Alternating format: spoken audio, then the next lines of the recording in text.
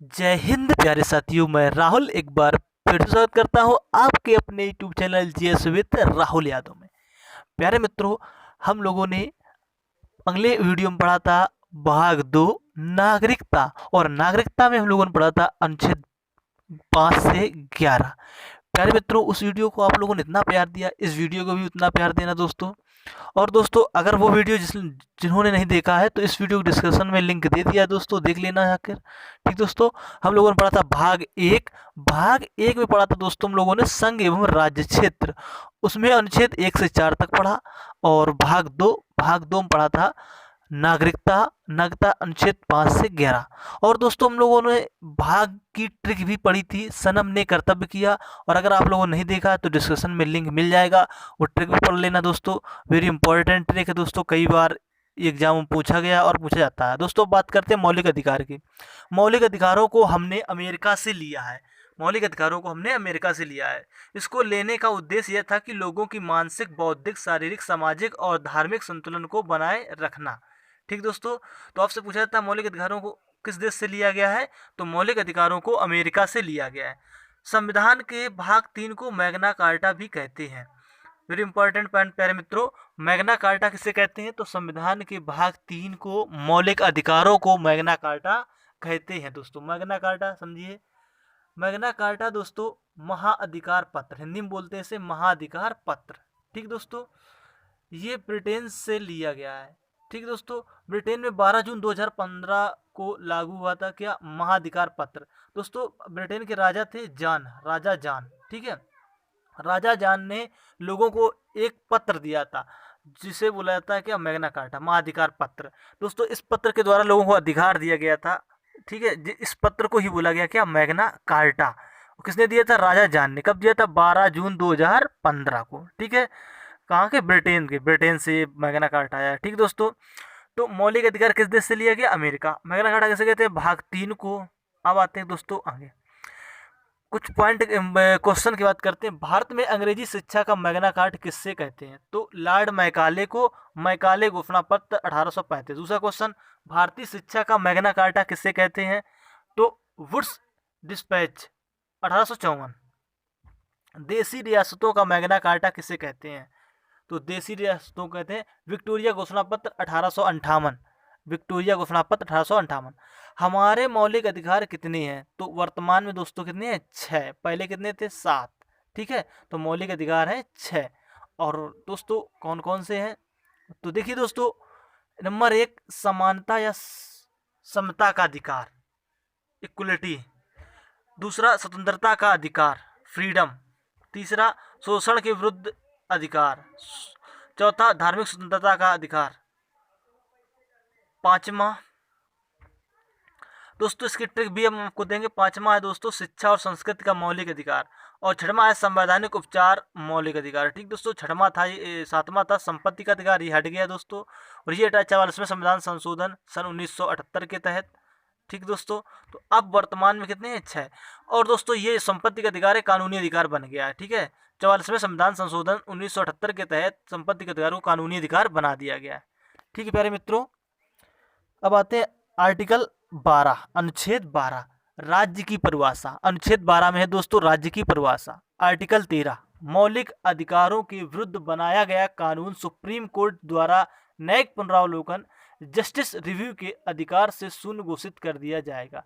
दोस्तों, अनुच्छेद 13 में क्या इसे बोला जाता है, सेफ्टी वॉल, सुरक्षा कवच। और सुरक्षा कवच कौन था, सुप्रीम कोर्ट। ठीक दोस्तों, आते हैं आर्टिकल 14। आर्टिकल 14 से 18 तक समानता का अधिकार। तो नंबर 1 14 में क्या, विधि के समक्ष समानता का अधिकार। ठीक है, 14 से 18 तक समानता के अधिकार है। और 14 में क्या, विधि के समक्ष समानता का अधिकार। और इसमें 3 तलाक जो न्याय है दोस्तों, इसी के तहत हुआ है, 3 तलाक वाला। ठीक है, आर्टिकल 15। आर्टिकल 15, अनुच्छेद 15 में दोस्तों कोई भी जन्म स्थान, लिंग, मूल वंश, जाति, धर्म, इन बातों के आधार पर सार्वजनिक स्थानों में जाने के लिए कोई भेदभाव नहीं किया जाएगा। ठीक दोस्तों, लेकिन इसके कुछ अपवाद भी हैं, उनकी भी चर्चा करेंगे दोस्तों। तो अनुच्छेद 15 क्या है, कोई भी जन्म स्थान, लिंग, मूल वंश, जाति, धर्म, इन बातों के आधार पर सार्वजनिक स्थानों में जाने के लिए कोई भेद नहीं किया जाएगा। ठीक है प्यारे मित्रों, समझ में आया। तो 14 से 18 तक क्या है, समानता का अधिकार। 14 में क्या है, विधि के समझ समानता का अधिकार। और 15 में जाति धर्म लिंग वंश के आधार पर सार्वजनिक स्थानों पर रोक नहीं लगाई जाएगी। इस अपवाद की बात करते हैं।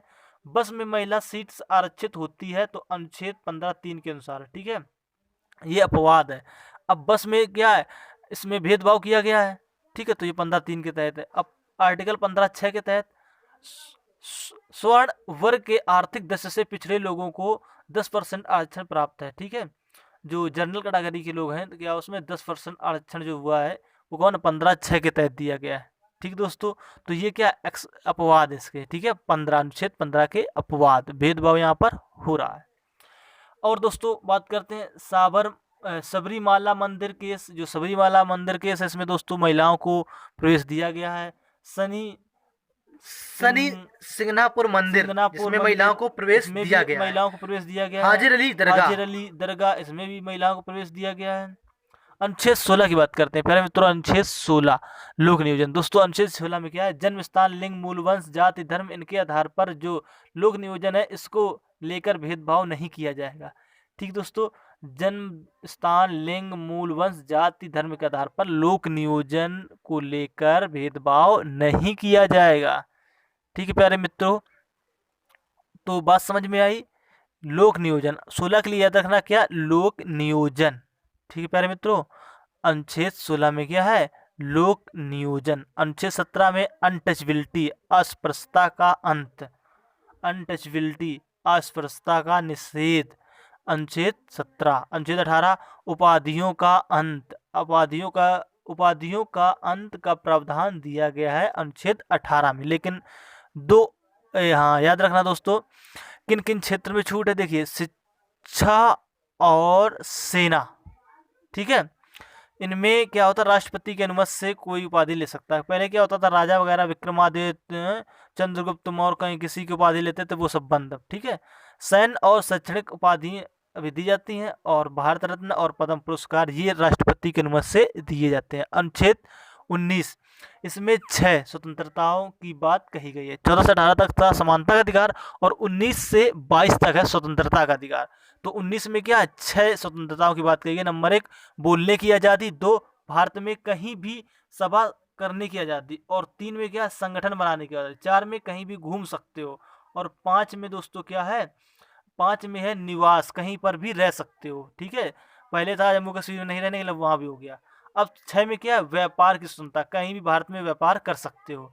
तो ये है 6 19 में कौन कौन से हैं, बोलने की और सम्मेलन की, संगठन की, घूमने की, निवास करने की और व्यापार करने की स्वतंत्रता दी गई किसमें, अनुच्छेद 19 में, ठीक दोस्तों याद रखना।